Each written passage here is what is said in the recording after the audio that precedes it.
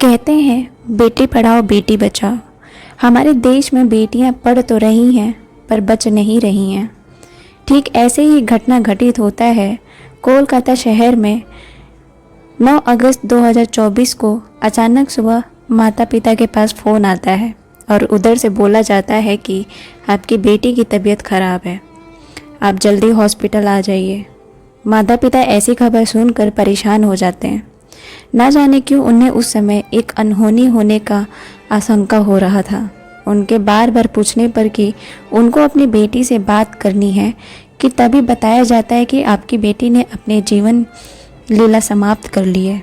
इतना सुनते ही माता पिता हॉस्पिटल पहुंचते हैं। वे बार बार अपनी बेटी को देखने के लिए बोलते हैं, पर 3 घंटे इंतज़ार करने के बाद जब माता पिता को अपनी बेटी को देखने के लिए अंदर जाते हैं तो उनकी आंखें खुली की खुली रह जाती हैं। वे देखते हैं कि उनकी बेटी के शरीर अर्धनग्न अवस्था में थी। शरीर के निचले हिस्से पर कोई कपड़ा नहीं रहता है। पूरे शरीर के हिस्से से खून बह रहा है, आँखों से, नाक से, होठ से और शरीर के निचले हिस्से से भी। शरीर का कोई भी हिस्सा ऐसा नहीं रहता है जहाँ से खून ना निकल रहा हो। दोनों पैर बेड के राइट एंगल पर होते हैं। माता पिता को यह समझते देर न लगी कि उनके बेटी के साथ गलत हुआ रहता है।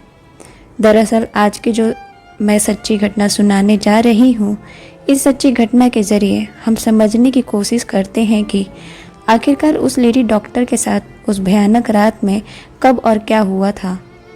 यह कहानी कोलकाता की है। हम इस पूरी कहानी में लेडी डॉक्टर को डॉक्टर बेटी के नाम से संबोधित करेंगे। 31 साल की डॉक्टर बेटी chest medicine department PG secondary की स्टूडेंट रहती हैं। उस मेडिकल कॉलेज का नाम रहता है RG Kolkata medical college. Doctor बेटी हर रोज़ अपनी ड्यूटी बड़े ही ईमानदारी से करती हैं। उस दिन उनकी नाइट शिफ्ट ड्यूटी थी। वो रात के लगभग 11 बजे अपनी माँ से फ़ोन पर बातचीत करती हैं और बताती हैं कि माँ मैं ठीक हूँ। फिर डॉक्टर बेटी अपनी माँ से कहती हैं, माँ मैं थोड़ा मरीजों के राउंड अप ले लूँ, फिर आपसे थोड़ी देर में बात करती हूँ। पर डॉक्टर बेटी को राउंड अप लेते लेते रात के 2 बज जाते हैं। फिर वो अपने जूनियर के साथ खाना खाती हैं और कहती हैं कि मैं थोड़ी देर थक सी गई हूँ, मैं थोड़ी देर आराम करूँगी। आराम करने के लिए उसी अस्पताल के सेमिनार हॉल में जाकर आराम करने लगती हैं। इधर संजय राय उसी अस्पताल में लगभग 3 बजे के आसपास इधर उधर घूमता है और फिर सीधे सेमिनार हॉल की तरफ जाने लगता है।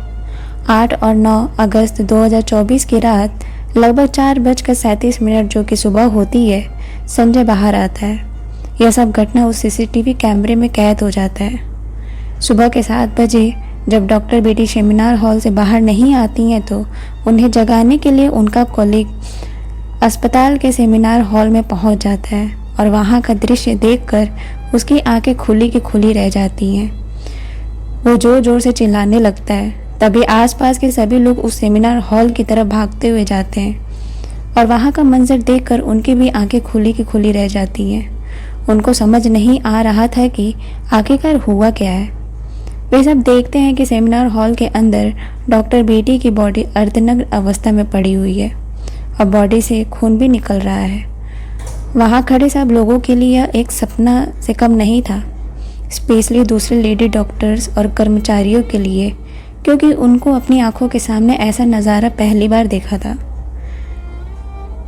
तभी इसी बीच वहाँ डॉक्टरों की टीम भी पहुँच जाती है, वहाँ के अधिकारी भी पहुँच जाते हैं और कहीं उनके मेडिकल कॉलेज की इमेज न खराब हो जाए, इस घटना को दबाने की कोशिश करने लगते हैं।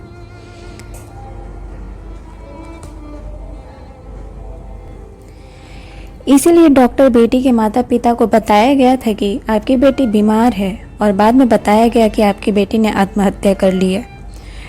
फिर डॉक्टर बेटी की बॉडी को पोस्टमार्टम के लिए ले जाया जाता है। पोस्टमार्टम रिपोर्ट आती है तो सब दूध का दूध और पानी का पानी हो जाता है। रिपोर्ट के अनुसार उस 40 से 45 मिनट के अंदर संजय रॉय ने डॉक्टर बेटी के साथ घिनौने कृत्य करता है। उनको मारता है, पीटता है, जिसे चश्मा टूटने की वजह से डॉक्टर बेटी के आंखों में कांच चला जाता है और आँख, नाक, मुंह से खून आने लगता है। पोस्टमार्टम रिपोर्ट में यह आशंका जताई जाती है कि डॉक्टर बेटी के साथ यह घिनौना कृत्य सिर्फ अकेले आदमी ने नहीं किया है, बल्कि 4 से 5 आदमियों का काम है। पुलिस टीम वहां आ जाती है और जांच शुरू हो जाता है। जैसे ही यह खबर बाहर जाती है तो यह खबर सोशल मीडिया पर सुर्खियां बटोरने लगता है कि डॉक्टर बेटी की घटना को निर्भया 2 का नाम दिया जाने लगता है। आरोपी को पुलिस डॉक्टर बेटी के बॉडी के पास से मिला ब्लूटूथ और सीसीटीवी कैमरे के माध्यम से पकड़ लेती है। संजय रॉय ने घटना के समय जो कपड़े पहने हुए थे वो कपड़े बदल लेता है और सारे सबूतों को मिटाने लगता है। जब पुलिस ने आरोपी को बुलाया उस समय वो अपने जूते को साफ नहीं कर पाया। पुलिस उसके जूते को देखती और उस पर ब्लड लगा हुआ था। जांच करने पर पता चलता है कि वो खून के छींटे डॉक्टर बेटी के होते हैं। अभी इस घटना की जांच चल रही है। अब पता नहीं इंसाफ जल्दी मिलेगा या नहीं, इसका भविष्य क्या होगा। क्या हम पुलिस पर भरोसा करें या सीबीआई पर भरोसा करें, समझ में नहीं आता। या फिर साथ कायम करने वाले पर भरोसा करें। जो व्यक्ति रोज़ अस्पताल आता था उस पर भरोसा करें या ना करें, किस पर भरोसा करें, हम ये समझ नहीं आता। हम महिलाएं न घर में सुरक्षित और न बाहर काम करने जाती हैं वहाँ सुरक्षित हैं। जहाँ देखो वहाँ हम पर गिद्धों की तरह नज़रें बनी रहती हैं। पर हम महिलाओं को ये लड़ाई खुद ही लड़नी होगी। आप सभी भाई बहनों से, खासकर महिलाओं से निवेदन है कि आप इस बात को अपने घरों में चर्चा करें। इस कहानी को बताने का मकसद किसी के दिल को चोट पहुँचाना नहीं है। अगर चोट पहुँचती है तो मुझे क्षमा करें। बस सारी महिलाएं इस घटना से सबक लें और सावधान रहें और सचेत रहें, ताकि किसी लड़की के साथ या महिलाओं के साथ ऐसी घटना ना हो। दोस्तों, उस दरिंदे को ऐसी सज़ा मिलनी चाहिए जो ऐसे घिनौने काम करने वालों की रूह तक कांप जाए, ताकि डॉक्टर बेटी को इंसाफ मिले और उनके माता पिता को भी, जिन्होंने अपनी बेटी को डॉक्टर बनाने के लिए कितने संघर्ष किए होंगे। यह थी डॉक्टर बेटी की दुख भरी कहानी और आगे की जानकारी के लिए मेरे चैनल को सब्सक्राइब करें। धन्यवाद।